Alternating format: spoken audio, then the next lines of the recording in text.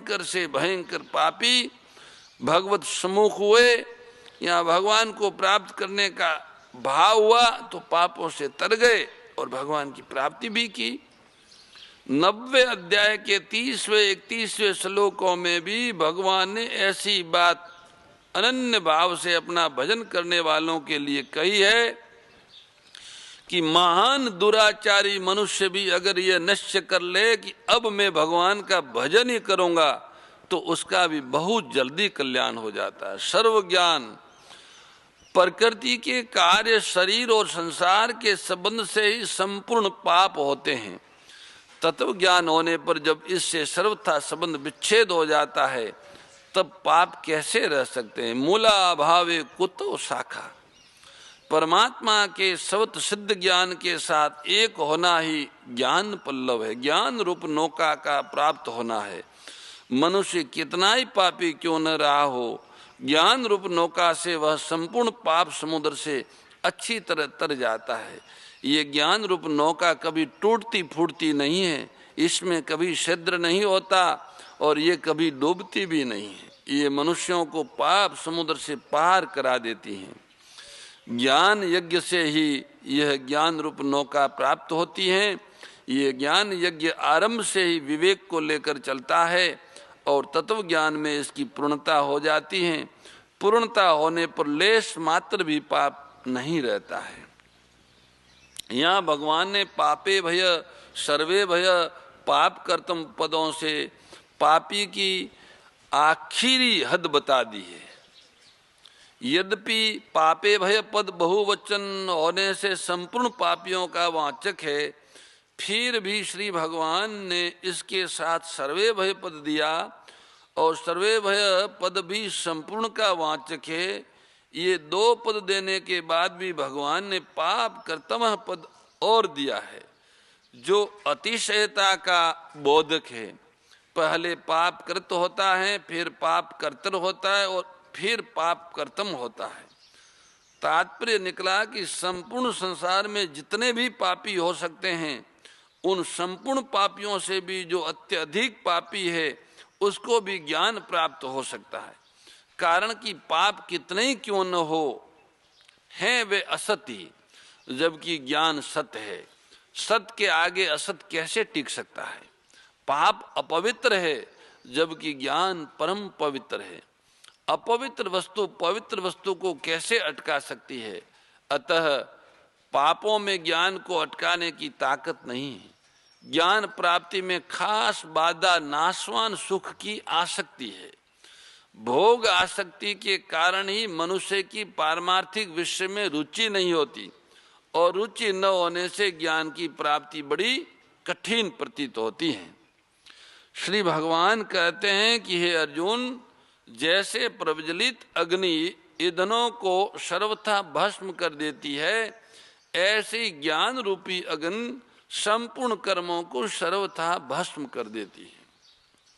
पीछे के श्लोक में भगवान ने ज्ञान रूपी नौका के द्वारा संपूर्ण पाप समुद्र को तरने की बात कही। उससे ये प्रश्न पैदा होता है कि पाप समुद्र तो शेष रहता ही है, फिर उसका क्या होगा। मान लो खुद तो तर गए पर पाप रूपी समुद्र तो पीछे रह गया।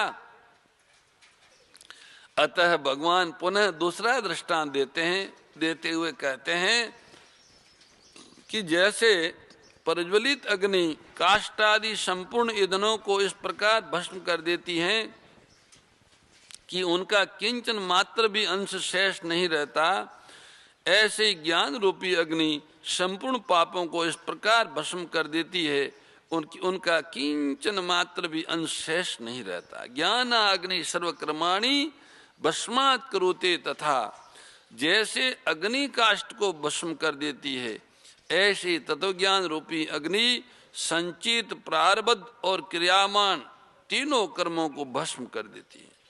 जैसे अग्नि में काष्ठ का अत्यंत अभाव हो जाता है, ऐसे तत्व ज्ञान में संपूर्ण कर्मों का अत्यंत अभाव हो जाता है। ज्ञान होने पर कर्मों से अथवा संसार से सर्वथा संबंध विच्छेद हो जाता है। संबंध विच्छेद होने पर संसार की स्वतंत्र सत्ता का अनुभव नहीं होता। प्रत्युत एक परमात्म तत्व विशेष रहता है।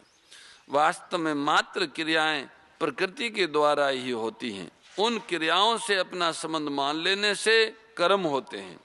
नाड़ियों में रक्त प्रवाह होना, शरीर का बालक से जवान होना, श्वासों का आना जाना, भोजन का पचना आदि क्रियाएं जिस समष्टि प्रकृति से होती है, उसी प्रकृति से खाना पीना, चलना बैठना, देखना बोलना आदि भी होती है।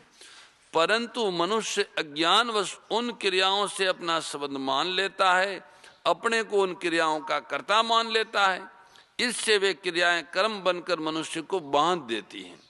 इस प्रकार माने हुए संबंध से ही कर्म होते हैं, अन्यथा क्रियाएं ही होती हैं। तत्वज्ञान होने पर अनेक जन्मों के संचित कर्म सर्वथा नष्ट हो जाते हैं, कारण कि सभी संचित कर्म अज्ञान के आश्रित रहते हैं। अतः ज्ञान होते ही वे सब नष्ट हो जाते हैं। तत्वज्ञान होने पर कर्तृत्वाभिमान नहीं रहता, अतः सभी क्रियामान कर्म अक्रम हो जाते हैं, अक्रम फलजनक नहीं होते। प्रारब्ध कर्म का घटना अंश तो तब तक जब तक शरीर रहता है तब तक रहता है। प्रारब्ध तो भोगना है, शरीर उसी लिए बना है, परंतु ज्ञानी पर उसका भी कोई असर नहीं पड़ता, कारण कि तत्वज्ञान होने पर भोगतापन रहता ही नहीं। अनुकूल प्रतिकूल परिस्थिति सामने आने पर वह सुखी दुखी नहीं होता। इस प्रकार तत्वज्ञान होने पर संचित प्रारब्ध और क्रियामान तीनों कर्मों से किंचन मात्र भी संबंध नहीं रहता। कर्मों से अपना संबंध न रहने से कर्म नहीं रहते, भस्म रह जाती है, सभी कर्म क्रम हो जाते हैं। भगवान अब आगे श्लोक के पूर्वार्ध में तत्वज्ञान की महिमा बताते हुए उत्तरार्ध में कर्म योग की विशेष महत्ता प्रकट करते हैं। एक ही श्लोक में दो बातें कहते हैं, बड़ी विलक्षण बात है। श्री भगवान कहते हैं, श्री भगवान वाच नहीं ज्ञानेन सदृशम पवित्रमिहि विद्यते। इस मनुष्य लोक में ज्ञान के समान पवित्र करने वाला निसंदेह दूसरा कोई नहीं है, कोई साधन नहीं है। जिसका योग भली भांति सिद्ध हो गया है, वह कर्म योगी उस तत्व ज्ञान को अवश्य ही स्वयं अपने आप में पा लेता है। ओ हो नहीं ज्ञानेन सदसम पवित्रमिहि विद्यते। यहाँ यह पद मनुष्य लोक का वाचक है, क्योंकि सब की सब पवित्रता इस मनुष्य लोक में ही प्राप्त की जाती है। पवित्रता प्राप्त करने का अधिकार और अवसर मनुष्य शरीर में ही है, ऐसा अधिकार किसी अन्य शरीर में नहीं है। अलग अलग लोकों के अधिकार भी मनुष्य लोक से ही मिलते हैं। संसार की स्वतंत्र सत्ता को मानने से तथा उससे सुख लेने की इच्छा से ही संपूर्ण दोष पाप उत्पन्न होते हैं। तत्वज्ञान होने पर जब संसार की स्वतंत्र सत्ता ही नहीं रहती, तब संपूर्ण पापों का सर्वथा नाश हो जाता है और महान पवित्रता आ जाती है। इसलिए संसार में ज्ञान के समान पवित्र करने वाला दूसरा कोई साधन है ही नहीं। संसार में यज्ञ दान तप पूजा व्रत उपवास जप ध्यान प्राणायाम आदि जितने साधन है तथा गंगा यमुना गोदावरी आदि जितने तीर्थ है, वे सभी मनुष्य के पापों का नाश करके उसे पवित्र करने वाले हैं।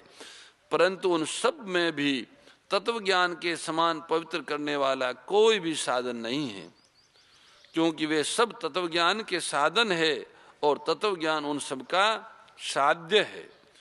परमात्मा पवित्रों के भी पवित्र है, पवित्रानाम पवित्रम।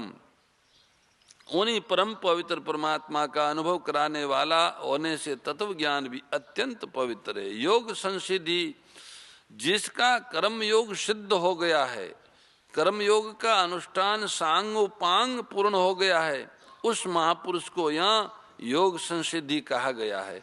छठे अध्याय के चौथे श्लोक में योगारूढ़ कहा गया है। योगारूढ़ होना कर्म योग की अंतिम अवस्था है।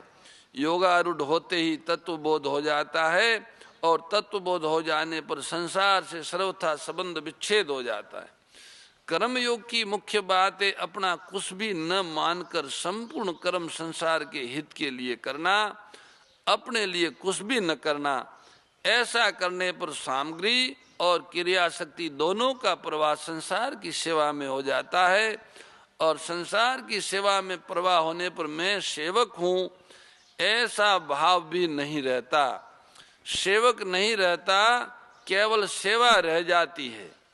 इस प्रकार जब सेवक ही सेवा बनकर सेव्य में लीन हो जाता है, तब प्रकृति के कार्य शरीर तथा संसार से अपने आप संबंध विच्छेद हो जाता है, वियोग हो जाता है। वियोग होने पर संसार की स्वतंत्र सत्ता नहीं रहती, केवल क्रिया रह जाती है। इसी को योग की संसिद्धि, सम्यक सिद्धि कहते हैं। कर्म और फल की आसक्ति से योग का अनुभव नहीं होता। वास्तव में कर्मों और पदार्थों से संबंध विच्छेद अपने आप हो रहा है, कारण कि कर्म और पदार्थ तो अनित्य हैं और अपना स्वरूप नित्य है। अनित्य कर्मों से नित्य स्वरूप को क्या मिल सकता है? इसलिए स्वरूप को कर्मों के द्वारा कुछ नहीं पाना है, ये कर्म विज्ञान है।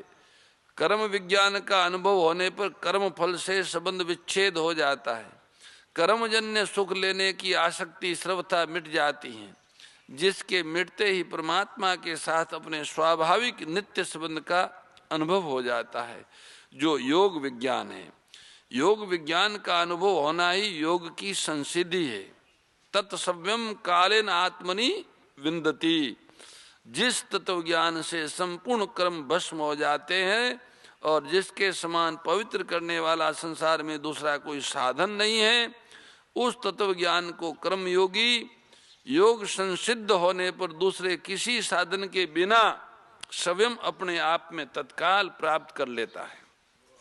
जय हो। 34वें श्लोक में भगवान ने बताया था कि प्रचलित प्रणाली के अनुसार कर्मों का त्याग करके गुरु के पास जाने पर वे तत्व ज्ञान का उपदेश देंगे। किंतु गुरु तो उपदेश दे देंगे, पर उसे तत्व ज्ञान हो ही जाएगा ऐसा निश्चित नहीं है। फिर भी भगवान यहाँ बताते हैं कि कर्मयोग की प्रणाली से कर्म करने वाले मनुष्य को योग संसिद्धि मिल जाने पर तत्व ज्ञान हो ही जाता है। यहाँ पे भगवान कहते हैं कि ज्ञान हो ही जाएगा, अपने आप हो जाएगा योग संसिद्ध होने पर। उपयुक्त पदों में आया कालेन पद विशेष ध्यान देने योग्य है। भगवान ने व्याकरण की दृष्टि, भगवान व्याकरण भी पढ़े थे खूब, भगवान ने व्याकरण की दृष्टि से कालेन पद तृतीया में प्रयुक्त करके ये बताया है कि कर्म योग से अवश्य ही तत्वज्ञान अथवा परमात्म तत्व का अनुभव हो जाता है। सव्यम पद देने का तात्पर्य है कि तत्वज्ञान प्राप्त करने के लिए कर्म योगी को किसी गुरु की, ग्रंथ की या दूसरे किसी साधन की अपेक्षा नहीं है।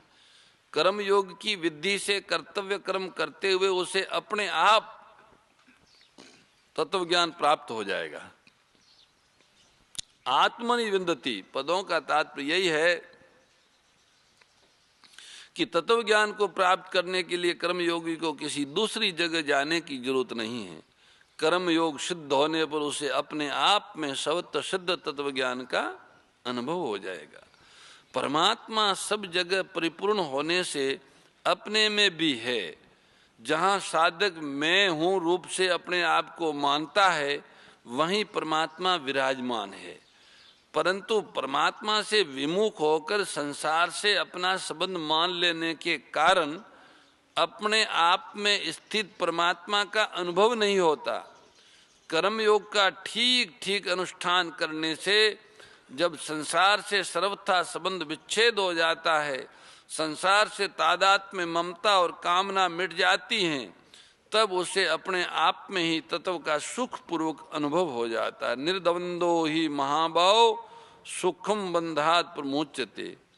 परमात्म तत्व का ज्ञान करण निरपेक्ष है, इसलिए उसका अनुभव अपने आप से ही हो सकता है, इंद्रियों मन बुद्धि आदि करणों से नहीं। साधक किसी भी उपाय से तत्व को जानने का प्रयत्न क्यों न करे, पर अंत में वह अपने आप से ही तत्व को जानेगा। श्रवण मनन आदि साधन तत्वज्ञान प्राप्त करने में असंभावना, विपरीत भावना आदि ज्ञान की बाधाओं को दूर करने वाले परंपरागत साधन माने जा सकते हैं, पर वास्तविक बोध अपने आप से ही होता है, कारण कि मन बुद्धि आदि सब जड़ है। जड़ के द्वारा उस चिन्मय तत्व को कैसे जाना जा सकता है जो जड़ से सर्वथा अतीत है। वास्तव में तत्व का अनुभव जड़ के संबंध विच्छेद से होता है, जड़ के द्वारा नहीं। जैसे आंखों से संसार को तो देखा जा सकता है, पर आंखों से आंखों को नहीं देखा जा सकता। परंतु ये कहा जा सकता है कि जिससे देखते हैं वही आंख है। इसी प्रकार जो सबको जानने वाला है उसे किसके द्वारा जाना जा सकता है? विज्ञातार मरे कैन विजा नियात, परंतु जिससे संपूर्ण वस्तुओं का ज्ञान होता है वही परमात्मा है, वही परमात्मा है। इस अध्याय के 33वें श्लोक तक भगवान ने, 33वें से 37वें श्लोक तक भगवान ने ज्ञान की जो प्रशंसा की है उससे ज्ञान योग की विशेष महिमा झलकती है, परंतु वास्तव में उसे ज्ञान योग की ही महिमा मान लेना उचित प्रतीत नहीं होता। गहरा विचार करे तो इसमें अर्जुन के प्रति भगवान का एक गूढ़ अभिप्राय प्रतीत होता है। जो तत्वज्ञान इतना महान और पवित्र है तथा जिस ज्ञान को प्राप्त करने के लिए मैं तुझे तत्वदर्शी महापुरुष के पास जाने की आज्ञा दे रहा हूँ, उस ज्ञान को तुम स्वयं कर्म योग के द्वारा अवश्य में प्राप्त कर लोगे।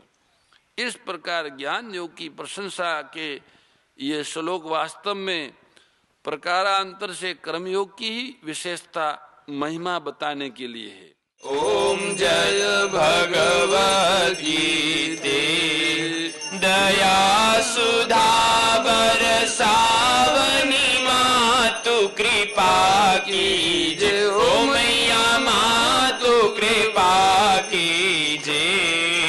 हरि पद प्रेम दान कर, प्रभु पद प्रेम दान कर, अपनो कर लीजे।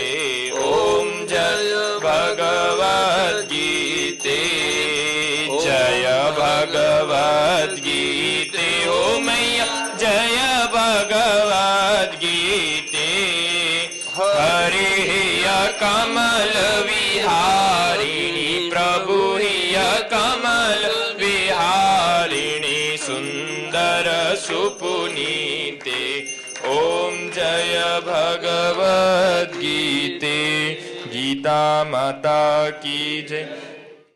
परम श्रद्धेय गौरीशी स्वामी श्री दत्त शरणानंद जी महाराज की प्रेरणा व मार्गदर्शन में विश्व के सबसे बड़े गौ सेवा संस्थान श्री गोधाम महातीर्थ पथमेड़ा द्वारा संरक्षित लाखों बीमार, विकलांग, वृद्ध एवं अशक्त गोवंश वेद लक्षणा गोमाता की सेवा के साथ साथ भारतीय गोवंश का संरक्षण, संपोषण, संवर्धन एवं उनसे प्राप्त पंचगव्यों का परिष्करण व विनियोग करना, घर घर गोपालन, गो अभ्यारण्य, घास चारा उत्पादन हेतु गोचर भूमि का विकास, गोपालन लोक संस्कृति के पुनर्जागरण हेतु वेद लक्षणा गो महिमा का प्रचार प्रसार करना तथा गोपालक किसानों के स्वावलंबन हेतु गो कृषि अन्न एवं गो दुग्धान का गुणवत्ता युक्त बाजार तैयार करना श्री गोधाम महातीर्थ का पावन उद्देश्य है। आप सभी दानदाता श्री गोधाम महातीर्थ पथमेड़ा द्वारा संचालित गो सेवा महाअभियान में बढ़ चढ़कर सहयोग कर लाखों बीमार, विकलांग, वृद्ध एवं अशक्त गोवंश के गोग्रास सेवा हेतु श्री गोधाम महातीर्थ पथमेड़ा लोक पुण्यार्थ न्यास के बैंक ऑफ बड़ौदा खाता संख्या 084901000238827 IFSC कोड BARB 0 ASHRAM शाखा आश्रम रोड अहमदाबाद में गोग्रास सेवा निमित्त जमा कर सकते हैं। अधिक जानकारी के लिए संपर्क करें 7742093179 7665059999 7073000151।